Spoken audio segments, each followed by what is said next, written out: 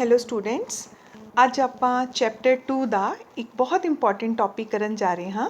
ਉਹ ਹੈ pollination, types of pollination and different agents of pollination. ਬੱਚੇ, ਆਪਾਂ ਦੇਖਿਆ ਕਿ ਜਿਹੜੇ ਮੇਲ ਔਰ ਫੀਮੇਲ ਗੈਮੀਟਸ ਨੇ ਉਹ ਦੋਨੋਂ ਨਾਨ ਮੋਟਾਈਲ ਹੈ। ਮੇਲ ਗੈਮੀਟ ਪੋਲਨ ਗ੍ਰੇਨ ਦੇ ਕੋਲ ਹੈ, ਫੀਮੇਲ ਗੈਮੀਟ ਐਮਬ੍ਰਿਓ ਸੈਕ ਦੇ ਕੋਲ ਹੈ, and they both they have to be brought together. ਕਾਦੇ ਕਿਸ ਵਾਸਤੇ? For the process of fertilization. ਔਰ ਜਿਸ ਪ੍ਰੋਸੈਸ ਦੇ ਨਾਲ ਜਿਹੜਾ ਮੇਲ ਗੈਮੀਟ ਹੈ ਉਹ ਫੀਮੇਲ ਗੈਮੀਟ ਦੇ ਕੋਲ ਜਾਂਦਾ ਹੈ ਤਾਂ ਕਿ ਫਰਟੀਲਾਈਜੇਸ਼ਨ ਹੋ ਸਕੇ, ਇਸ ਪ੍ਰੋਸੈਸ ਨੂੰ ਅਸੀਂ ਬੋਲਦੇ ਹਾਂ pollination. Now, let us see what is the definition of pollination. It is the transfer of pollen grain from the anther to the stigma of the flower. From the anther ਤੋਂ pollen grains flower ਦੇ stigma ਕੋਲ ਜਾ ਰਹੇ ਹਨ। ਇਸ process ਨੂੰ ਅਸੀਂ ਬੋਲਦੇ ਹਾਂ pollination. Now, pollination ਦੋ types ਦੀ ਹੁੰਦੀ ਹੈ, self pollination and cross pollination. Now, let's understand what is self pollination. When the pollen is transferred from an anther to the stigma of the same flower, right, then it is called self pollination. What is cross pollination? When the pollen is transferred from one flower to the stigma of another flower which is born on another plant.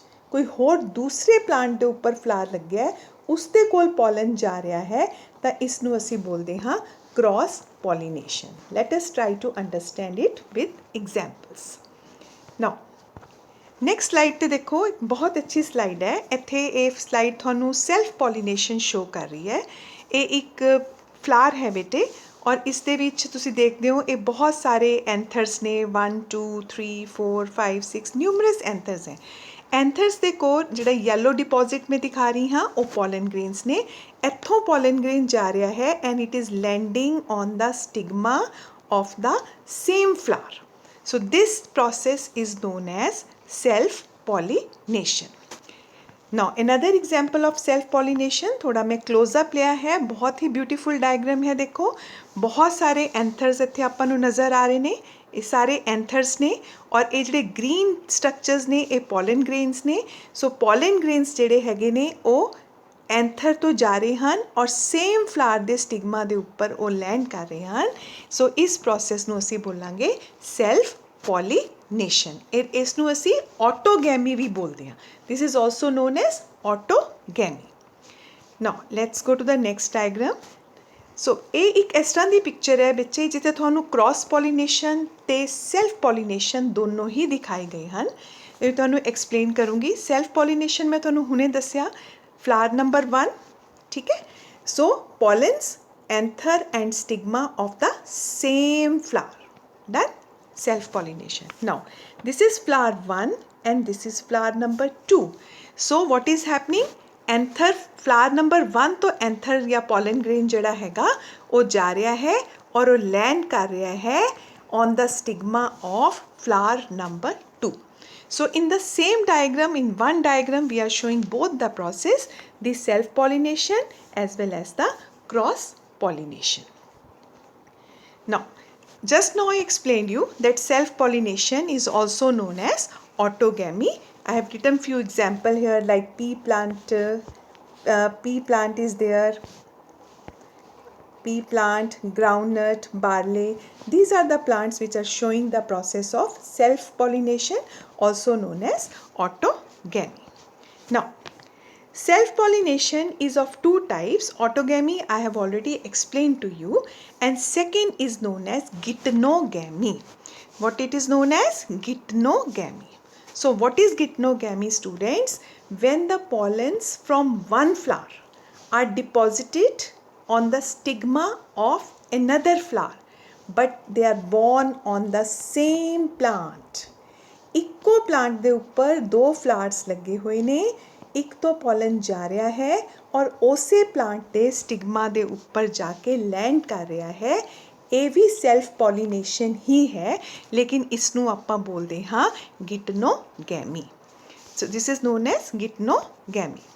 Now This is a very beautiful picture which is showing you the process of geitonogamy. ਇੱਕੋ ਹੀ plant है, एक flower ਦਾ ਐਂਥਰ, ਦੂਸਰੇ ਫਲਾਰ ਦਾ stigma. ਇੱਕ plant ਤੋਂ ਐਂਥਰ means pollen grains ਜਿਹੜੇ ਨੇ ਉਹ ਦੂਸਰੇ ਫਲਾਰ ਦੇ ਸਟਿਗਮਾ ਦੇ ਉੱਪਰ ਜਾ ਰਹੇ ਨੇ, ਲੇਕਿਨ ਦੋਨੋਂ ਫਲਾਰਸ ਜਿਹੜੇ ਨੇ ਉਹ ਇੱਕੋ ਹੀ ਪਲਾਂਟ ਦਾ ਪਾਰਟ ਹੈ। ਸੋ this process is also self pollination, but it is known as geitonogamy. Autogamy च की सीगा कि इक्को फ्लावर सीगा, इक्को फ्लावर दा पॉलन उसे फ्लावर दे सिग्मा ते लैंड हो रहा सी। गिटनोगैमी च की है, प्लांट एक है, अलग अलग फ्लावर्स ने एक दा पॉलन ग्रेन जिहड़ा हैगा वो दूसरे फ्लावर दे ऊपर जाके लैंड हो रहा है। So this is known as geitonogamy. Now let's go to the another diagram. बच्चे जिहड़ा साडा जदों साडे सैल्फ पॉलीनेशन हुंदी है तो साडे कोल दो तरह दे फ्लावर्स ने। एक फ्लावर ਨੂੰ ਅਸੀਂ ਇੱਥੇ ਮੈਂ ਨਿਊ ਵਰਡ ਆ ਰਿਹਾ ਹੈ ਕੈਜ਼ਮੋਗੈਮਸ। ਦੋ ਤਰ੍ਹਾਂ ਦੇ ਫਲਾਵਰਸ ਹੁੰਦੇ ਆ, ਇੱਕ ਹੁੰਦੇ ਆ ਕੈਜ਼ਮੋਗੈਮਸ, ਇੱਕ ਹੁੰਦੇ ਆ ਕਲਿਸਟੋਗੈਮਸ। ਫਸਟ ਕੈਜ਼ਮੋਗੈਮਸ ਫਲਾਵਰਸ ਕਿਹੜੇ ਫਲਾਵਰਸ ਨੇ? ਉਹ ਫਲਾਵਰ ਨੇ ਜਿਨ੍ਹਾਂ ਦੇ ਐਂਥਰਸ ਔਰ ਜਿਨ੍ਹਾਂ ਦਾ ਸਟਿਗਮਾ ਐਕਸਪੋਜ਼ਡ ਹੈ, ਖੁੱਲ੍ਹਾ ਹੈ। ਠੀਕ ਹੈ, ਸੋ ਇੱਦਾਂ ਦੇ ਫਲਾਵਰ ਦੇ ਵਿੱਚ ਕ੍ਰੋਸ ਪੋਲੀਨੇਸ਼ਨ ਹੋਣ ਦੇ ਚਾਂਸਿਸ ਬਹੁਤ ਜ਼ਿਆਦਾ ਹੁੰਦੇ ਨੇ। ਸੈਲਫ ਵੀ ਹੋ ਸਕਦੀ ਹੈ, ਲੇਕਿਨ ਜ਼ਿਆਦਾਤਰ ਚਾਂਸਿਸ ਕ੍ਰੋਸ ਪੋਲੀਨੇਸ਼ਨ ਹੋਣ ਦੇ ਹੁੰਦੇ ਹੈ ਕਿਉਂਕਿ ਐਂਥਰ ਅਤੇ ਸਿਗਮਾ ਐਕਸਪੋਜ਼ਡ ਨੇ। ਲੇਕਿਨ ਇਸ ਦੇ ਨਾਲ ਸਾਡੇ ਕੋਲ ਦੂਸਰੇ ਤਰ੍ਹਾਂ ਦੇ ਫਲਾਵਰਸ ਨੇ, they are known as cleistogamous flowers. Cleistogamous flowers ਦੇ ਮੈਂ ਕੁਝ ਐਗਜ਼ਾਮਪਲਸ ਲਏ ਨੇ, ਜਿਸ ਤਰ੍ਹਾਂ ਵੋਇਲਾ ਹੈ, ਔਗਜ਼ੈਲਿਸ ਹੈ, ਕੋਮਿਲੀਨਾ ਹੈ। ਨਾਓ ਬੱਚੇ ਇਹਨਾਂ ਫਲਾਵਰਸ ਦੇ ਵਿੱਚ ਕੀ ਹੁੰਦਾ ਹੈ ਕਿ ਫਲਾਵਰਸ ਦੇ ਨੈਵਰ ਓਪਨ, ਦੇ never expose there sex organs. ਉਹਦੇ ਵਿੱਚ ਕੀ ਹੋਏਗਾ? ਸੈਲਫ ਪੋਲੀਨੇਸ਼ਨ ਹੀ ਹੋਏਗਾ, ਬਿਕੋਜ਼ ਪੋਲਨ ਗ੍ਰੇਨਸ ਜਿਹੜੇ ਹੋਣਗੇ ਦੇ fall on the stigma of the same flower. ਕਿਉਂਕਿ ਇੱਕ ਫਲਾਵਰ ਹੈਗਾ, ਇੱਕ ਫਲਾਵਰ ਹੈ ਉਹ ਕਲੋਜ਼ਡ ਹੈ, ਠੀਕ ਹੈ, ਉਸ ਦੇ ਵਿੱਚ ਸਟਿਗਮਾ ਐਂਡ ਉਸ ਦੇ ਵਿੱਚ ਐਂਥਰ। ਸੋ ਉਸੇ ਦਾ ਪੋਲਨ ਗ੍ਰੇਨ ਉਸੇ ਦੇ ਸਟਿਗਮਾ ਦੇ ਉੱਪਰ ਲੈਂਡ ਕਰ ਜਾਏਗਾ, ਕਿਉਂਕਿ ਬਾਹਰ ਦੀ ਕੋਈ ਵੀ ਏਜੰਸੀ ਇੱਥੇ ਪੋਲਨ ਗ੍ਰੇਨ ਲੈ ਕੇ ਨਹੀਂ ਆਏਗੀ, because flowers are closed. So only ਕਿਹੜਾ ਚਾਂਸ ਹੈ ਪੋਲੀਨੇਸ਼ਨ ਦਾ? Only and only self pollination takes place and no pollinator is required. So such type of flowers are known as cleistogamous flowers. So this is the another example of a cleistogamous flower. ਤੁਸੀਂ ਦੇਖ ਸਕਦੇ ਹੋ ਕਿ flowers ਜਿਹੜੇ ਹੈਗੇ ਨੇ ਉਹ closed ਨੇ, so only self pollination takes place in such type of flowers. Next, so ਬੱਚੇ ਹੁਣ ਅਸੀਂ ਇੰਨਾ ਅਸੀਂ ਕਰ ਲਿਆ what is pollination. Two types of pollination, that is self and cross. Self ਦੇ ਵਿੱਚ ਅਸੀਂ ਆਟੋਗੈਮੀ ਔਰ ਗਿਟਨੋਗੈਮੀ ਕੀਤੀ, ਔਰ ਉਸ ਤੋਂ ਬਾਅਦ ਅਸੀਂ ਦੋ ਤਰ੍ਹਾਂ ਦੇ ਫਲਾਵਰਸ ਡਿਸਕਸ ਕੀਤੇ, ਦੈਟ ਇਜ਼ ਕਲਿਸਟੋਗੈਮਸ ਐਂਡ ਕੈਜ਼ਮੋਗੈਮਸ ਫਲਾਵਰਸ। ਹੁਣ ਆਪਾਂ ਏਜੰਟਸ ਆਫ ਪੋਲੀਨੇਸ਼ਨ 'ਤੇ ਆ ਰਹੇ ਹਾਂ ਕਿ ਇਸ ਤਰ੍ਹਾਂ ਦੇ ਕਿਹੜੇ ਏਜੰਟਸ ਨੇ ਜਿਸ ਦੇ ਨਾਲ ਪੋਲੀਨੇਸ਼ਨ ਹੋਏਗੀ। ਸਭ ਤੋਂ ਪਹਿਲਾਂ ਪੋਲੀਨੇਸ਼ਨ ਦੇ ਵਿੱਚ ਜਿਹੜੇ ਸਾਡੇ ਇਨਸੈਕਟਸ ਨੇ, ਜਿਵੇਂ ਬਟਰਫਲਾਈਜ਼ ਹੈ, ਬੀਟਲਸ ਹੈ, ਉਹ ਸਾਨੂੰ ਪੋਲੀਨੇਸ਼ਨ ਦੇ ਵਿੱਚ ਹੈਲਪ ਕਰਦੇ ਨੇ, ਔਰ ਇਸ ਤਰ੍ਹਾਂ ਦੀ ਪੋਲੀਨੇਸ਼ਨ ਨੂੰ ਅਸੀਂ ਬੋਲਦੇ ਹਾਂ ਐਂਟਮੋਫਿਲੀ। ਐਂਟਮੋਫਿਲੀ ਕੀ ਹੁੰਦੀ ਹੈ? ਜਦੋਂ ਪੋਲਨਸ ਟ੍ਰਾਂਸਫਰ ਹੁੰਦੇ ਨੇ through the agency of insects. Insects ਕਿਹੜੇ ਨੇ? ਜਿਵੇਂ ਬਟਰਫਲਾਈ, ਬੀਜ਼, ਬੀਟਲ, ਵੈਬਸ। ਨਾ ਜਿਹੜੇ ਪਲਾਂਟ ਇਨਸੈਕਟਸ ਦੇ ਨਾਲ ਪੋਲੀਨੇਸ਼ਨ ਸ਼ੋ ਕਰਦੇ ਨੇ ਉਹ ਪਲਾਂਟਸ ਬਹੁਤ ਬ੍ਰਾਈਟ ਕਲਰ ਦੇ ਹੁੰਦੇ ਨੇ, ਉਹਨਾਂ ਦੇ ਪੈਟਲਸ ਬਹੁਤ ਬ੍ਰਾਈਟ ਹੁੰਦੇ ਨੇ, ਔਰ ਉਹਨਾਂ ਦਾ ਇੱਕ ਜਿਹੜਾ ਸਟਿਗਮਾ ਹੁੰਦਾ ਹੈ ਉਹ ਇੱਕ ਲੈਂਡਿੰਗ ਪਲੇਟਫਾਰਮ ਦੀ ਤਰ੍ਹਾਂ ਫਲਾਵਰ ਦੇ ਕੋਲ ਥੋੜ੍ਹਾ ਬਰੋਡ ਸਟਿਗਮਾ ਹੁੰਦਾ ਹੈ ਤਾਂ ਕਿ ਇਨਸੈਕਟ ਫਲਾਈ ਕਰਕੇ ਆਏ ਔਰ ਸਟਿਗਮਾ ਦੇ ਉੱਪਰ ਲੈਂਡ ਕਰ ਸਕੇ। ਫਲਾਵਰਸ ਦੇ ਕੋਲ ਇੱਕ ਫ੍ਰੈਗਰੈਂਸ ਹੁੰਦੀ ਹੈ, ਇੱਕ ਸੈਂਟ ਐਮਿਟ ਕਰਦੇ ਨੇ, ਬਿਊਟੀਫੁਲੀ ਕਲਰਡ ਹੁੰਦੇ ਨੇ। ਕਈ ਵਾਰੀ ਉਹਨਾਂ ਕੋਲ ਸਪੈਸ਼ਲ ਨੈਕਟੀਫੇਰਸ ਗਲੈਂਡਸ ਹੁੰਦੇ ਨੇ ਜੋ ਕਿ ਨੈਕਟਾਰ ਸਿਕਰੀਟ ਕਰਦੇ ਨੇ, ਜਿਸ ਨਾਲ ਅਟਰੈਕਟ ਹੋ ਕੇ ਜਿਹੜਾ ਇਨਸੈਕਟ ਹੈਗਾ ਉਹ ਫਲਾਵਰ ਦੇ ਕੋਲ ਆਉਂਦਾ ਹੈ ਔਰ ਪੋਲਨਸ ਜਿਹੜੇ ਨੇ ਉਹ ਸ਼ੈਡ ਕਰ ਦਿੰਦਾ ਹੈ ਔਨ ਦਾ ਸਟਿਗਮਾ। ਸੋ ਇਹਨਾਂ ਦੇ ਸਟਿਗਮਾ ਕੀ ਹੁੰਦੇ ਨੇ? ਮੋਸਟਲੀ ਉਹ ਸਟਿਕੀ ਨੇਚਰ ਦੇ ਹੁੰਦੇ ਆ, ਕਿਉਂਕਿ ਜਦੋਂ ਪੋਲਨ ਆਉਂਦਾ ਹੈ ਤਾਂ ਪੋਲਨ ਉਹਦੇ 'ਤੇ ਆ ਕੇ ਸਟਿਕ ਹੋ ਜਾਂਦਾ ਹੈ। ਸੋ ਇੱਥੇ ਸੈਲਵੀਆ ਦੀ ਪਿਕਚਰ ਦਿਖਾਈ ਗਈ ਹੈ ਜੋ ਕਿ ਇਨਸੈਕਟ ਦੇ ਨਾਲ ਪੋਲੀਨੇਟ ਹੋ ਰਿਹਾ ਹੈ। ਸੋ ਬੱਚੇ ਇਹ ਮੈਂ ਇੱਕ ਪਿਕਚਰ ਲਈ ਹੈ ਕਿ ਜਿਹੜੇ ਇਨਸੈਕਟਸ ਨੇ ਜਾਂ ਜਿਹੜੇ ਬਾਇਓਟਿਕ ਪੋਲੀਨੇਟਿੰਗ ਏਜੰਟਸ ਨੇ ਜਾਂ ਜਿਨ੍ਹਾਂ ਦੇ ਨਾਲ ਐਂਟੋਮੋਫਿਲੀ ਹੁੰਦੀ ਹੈ, ਜਿਵੇਂ ਇਨਸੈਕਟਸ ਹੋ ਸਕਦੇ ਨੇ, ਬਰਡਸ ਹੈਗੇ ਨੇ, ਬਟਰਫਲਾਈਜ਼ ਹੈਗੇ ਨੇ, ਬੀਜ਼ ਹੈਗੇ ਨੇ, ਬੈਟਸ ਹੈਗੇ ਨੇ, ਇਹ ਸਾਰੇ ਬਾਇਓਟਿਕ ਪੋਲੀਨੇਟਿੰਗ ਏਜੰਟਸ ਨੇ। ਇਸ ਦੇ ਵਿੱਚ ਐਂਟੋਮੋਫਿਲੀ ਦੇ ਵਿੱਚ ਇਨਸੈਕਟਸ ਆ ਗਏ, ਬਟਰਫਲਾਈਜ਼ ਆ ਗਈ, ਬੀਜ਼ ਆ ਗਏ, ਦੈਨ ਬਰਡਸ ਦੇ ਨਾਲ ਵੀ ਪੋਲੀਨੇਸ਼ਨ ਹੁੰਦੀ ਹੈ ਔਰ ਬੈਟਸ ਦੇ ਨਾਲ ਵੀ ਪੋਲੀਨੇਸ਼ਨ ਹੁੰਦੀ ਹੈ। ਔਰ ਬੈਟਸ ਉਹਨਾਂ ਪਲਾਂਟਸ ਵਿੱਚ ਜ਼ਿਆਦਾ ਹੈਲਪਫੁਲ ਹੁੰਦੇ ਨੇ ਜੋ ਪਲਾਂਟਸ ਜਿਹੜੇ ਨੇ ਉਹ ਰਾਤ ਨੂੰ ਖੁੱਲ੍ਹਦੇ ਹੈ, ਸੋ ਉਹ ਪੋਲੀਨੇਸ਼ਨ ਦੇ ਵਿੱਚ ਹੈਲਪ ਕਰਦੇ। ਨੈਕਸਟ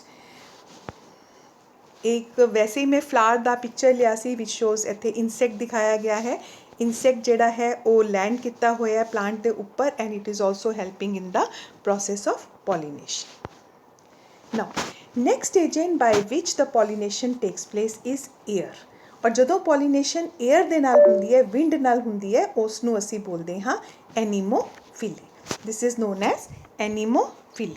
ਸੋ ਜਿਹੜੇ ਪਲਾਂਟਸ ਐਨੀਮੋਫਿਲੀ ਸ਼ੋ ਕਰਦੇ ਨੇ ਉਹ ਪਲਾਂਟਸ ਜ਼ਿਆਦਾ ਸ਼ੋਈ ਨਹੀਂ ਹੁੰਦੇ ਔਰ ਉਹਨਾਂ ਦੇ ਵਿੱਚ ਕਿਸੇ ਪ੍ਰਕਾਰ ਦਾ ਕੋਈ ਸੈਂਟ ਨਹੀਂ ਹੁੰਦਾ, ਕੋਈ ਨੈਕਟਾਰ ਨਹੀਂ ਹੁੰਦਾ, ਲੇਕਿਨ ਉਸ ਦੇ ਵਿੱਚ ਜਿਹੜੇ ਲਾਰਜ ਕੁਆਂਟਿਟੀ ਦੇ ਵਿੱਚ ਪੋਲਨਸ ਪ੍ਰੋਡਿਊਸ ਹੁੰਦੇ ਨੇ। ਇੱਥੇ ਬੱਚੇ ਮੈਂ ਤੁਹਾਨੂੰ ਇੱਕ ਐਗਜ਼ਾਮਪਲ ਦੇਣਾ ਚਾਹੁੰਦੀ ਹਾਂ ਕਿ ਕੈਨਾਬਿਸ ਇੱਕ ਪਲਾਂਟ ਹੈਗਾ ਜਿਸ ਦੇ ਵਿੱਚ 5 ਲੱਖ ਤੋਂ ਵੀ ਜ਼ਿਆਦਾ ਪੋਲਨ ਗ੍ਰੇਨ ਪ੍ਰੋਡਿਊਸ ਹੁੰਦੇ ਨੇ ਇੱਕ ਫਲਾਰ ਦੇ ਵਿੱਚ। ਔਰ ਸਟਿਗਮਾ ਦੇਖੋ, ਸਟਿਗਮਾ ਹੇਅਰੀ ਹੁੰਦਾ ਹੈ ਔਰ ਸਟਿਗਮਾ ਦੇ ਉੱਪਰ ਫੈਦਰਸ ਹੁੰਦੇ ਨੇ। ਮੈਂ ਤੁਹਾਨੂੰ ਨੈਕਸਟ ਡਾਇਗਰਾਮ ਦਿਖਾਉਂਦੀ ਹਾਂ। ਦੇਖੋ ਇਹ ਜ਼ੀਆ ਮੇਜ਼ ਹੈ, ਮੇਜ਼ ਪਲਾਂਟ ਹੈ। ਤਾਂ ਅਗਰ ਤੁਸੀਂ ਦੇਖ ਸਕਦੇ ਹੋ ਕਿ ਇਸ ਦਾ ਜਿਹੜਾ ਪਿਸਟਿਲ ਹੈ, ਪਿਸਟਿਲ ਬਹੁਤ ਜ਼ਿਆਦਾ ਫੈਦਰੀ ਹੁੰਦਾ ਹੈ। ਸੋ ਉਸ ਦੇ ਨਾਲ ਜਦੋਂ ਹਵਾ ਚੱਲਦੀ ਹੈ ਬਹੁਤ ਸਾਰੇ ਪੋਲਨ ਗ੍ਰੇਨਸ ਆਉਂਦੇ ਹੈ ਤਾਂ ਜਿਹੜਾ ਪਿਸਟਿਲ ਹੈ ਉਹ ਪੋਲਨ ਗ੍ਰੇਨਸ ਨੂੰ ਕੈਚ ਕਰ ਲੈਂਦਾ ਹੈ। ਸਟਿਗਮਾ ਹੇਅਰੀ ਹੈ, ਫੈਦਰਸ ਹੈ ਔਰ ਜਿਹੜੇ ਸਟੈਮਨਸ ਹੁੰਦੇ ਨੇ ਉਹ ਐਕਸਪੋਜ਼ਡ ਹੁੰਦੇ ਨੇ। ਤੋ ਹਵਾ ਦੇ ਨਾਲ, ਵਿੰਡ ਦੇ ਨਾਲ ਪੋਲੀਨੇਸ਼ਨ ਹੁੰਦੀ ਹੈ। ਸੋ ਇਸ ਤਰ੍ਹਾਂ ਦੇ ਪੋਲੀਨੇਸ਼ਨ ਨੂੰ ਆਪਾਂ ਕਹਿੰਦੇ ਹਾਂ ਐਨੀਮੋਫਿਲੀ। ਔਰ ਐਨੀਮੋਫਿਲੀ ਦੇ ਕੁਝ ਐਗਜ਼ਾਮਪਲਸ ਹੈ, ਜਿਵੇਂ ਮੇਜ਼ ਪਲਾਂਟ ਮੈਂ ਦਿਖਾਇਆ ਹੈ, ਡੇਟ ਪਾਮਸ ਨੇ, ਪਾਈਨਸ ਹੈਗਾ, ਕੋਕੋਨਟ ਹੈਗਾ। ਸੋ ਇੱਦਾਂ ਦੇ ਓਕੇ ਬੱਚੇ, ਨੈਕਸਟ ਹੈਗਾ ਹਾਈਡਰੋਫਿਲੀ। ਹਾਈਡਰੋਫਿਲੀ ਪੋਲੀਨੇਸ਼ਨ ਦਾ ਮੋਡ ਹੈ ਜਦੋਂ ਕਿ ਪੋਲਨ ਟ੍ਰਾਂਸਫਰਸ ਹੁੰਦੇ ਨੇ through the agency of water. ਜਿਹੜੇ ਸਾਡੇ ਹਾਈਡਰੋਫਾਈਟਸ ਨੇ, ਵਾਟਰ ਪਲਾਂਟਸ ਨੇ, ਉਹਨਾਂ ਦੇ ਵਿੱਚ pollination takes place with the help of water. ਤੋ ਇੱਥੇ ਜਿਹੜੇ ਫਲਾਵਰਸ ਹੁੰਦੇ ਨੇ ਦੇ ਆਰ ਸਮॉल ਇਨ ਸਾਈਜ਼ ਹੁੰਦੇ ਨੇ, ਦੇ ਆਰ ਇਨਕੌਨਸੀਪਿਕੁਅਸ ਹੁੰਦੇ ਨੇ, ਜਾਂ ਕੋਈ ਨੈਕਟਾਰ ਜਾਂ ਸਮੈਲ ਮੋਸਟਲੀ ਐਬਸੈਂਟ ਹੁੰਦੀ ਹੈ। ਪੋਲਨ ਜਿਹੜੇ ਹੁੰਦੇ ਨੇ ਉਹ ਲਾਈਟ ਕਲਰ ਦੇ ਹੁੰਦੇ ਨੇ। Stigma is long, sticky and wettable. ਠੀਕ ਹੈ। ਸੋ ਇਹ ਜਿਹੜੇ ਪਲਾਂਟਸ ਨੇ, ਫੋਰ ਐਗਜ਼ਾਮਪਲ ਇੱਥੇ ਆਪਾਂ ਵੈਲੀਸੀਨੇਰੀਆ ਦਾ ਐਗਜ਼ਾਮਪਲ ਲਿਆ ਹੋਇਆ ਹੈ। ਵੈਲੀਸੀਨੇਰੀਆ ਜਿਹੜਾ ਹੈਗਾ ਉਹ ਵਾਟਰ ਪਲਾਂਟ ਹੈ। ਬਹੁਤ ਅੱਛੀ ਪਿਕਚਰ ਹੈ, ਦੇਖੋ ਇਹ ਫੀਮੇਲ ਹੈ, ਫੀਮੇਲ ਪਾਰਟ ਹੈ ਵੈਲੀਸੀਨੇਰੀਆ ਦਾ, ਵਾਟਰ 'ਚ ਗਰੋ ਕਰ ਰਿਹਾ and this is the stigma and here is the male. So pollens are transferred from the male to the female through the agency of water. So plants ਜਿਹੜੇ ਕਿ water ਦੇ ਨਾਲ pollination show ਕਰਦੇ ਨੇ ਉਸ process ਨੂੰ ਅਸੀਂ ਬੋਲਦੇ ਹਾਂ hydrophily. So students that's all for today. I think ਤੁਹਾਨੂੰ pollination, types of pollination and different agencies of pollination ਬਹੁਤ ਚੰਗੀ ਤਰ੍ਹਾਂ ਸਮਝ ਆ ਗਿਆ ਹੋਏਗਾ ਔਰ ਇਸ ਦੀ ਤੁਸੀਂ ਇਸ ਨੂੰ ਪੌਜ਼ ਕਰਕੇ ਇਹਦੇ ਨੋਟਸ ਔਰ ਇਹਦੇ ਇੰਪੋਰਟੈਂਟ ਪੁਆਇੰਟਸ ਵੀ ਨੋਟ ਕਰ ਸਕਦੇ ਹੋ। Thank you so much. Next video ਦੇ ਵਿੱਚ ਆਪਾਂ ਨੈਕਸਟ ਟੌਪਿਕ ਨਾਲ ਮਿਲਾਂਗੇ। Thank you.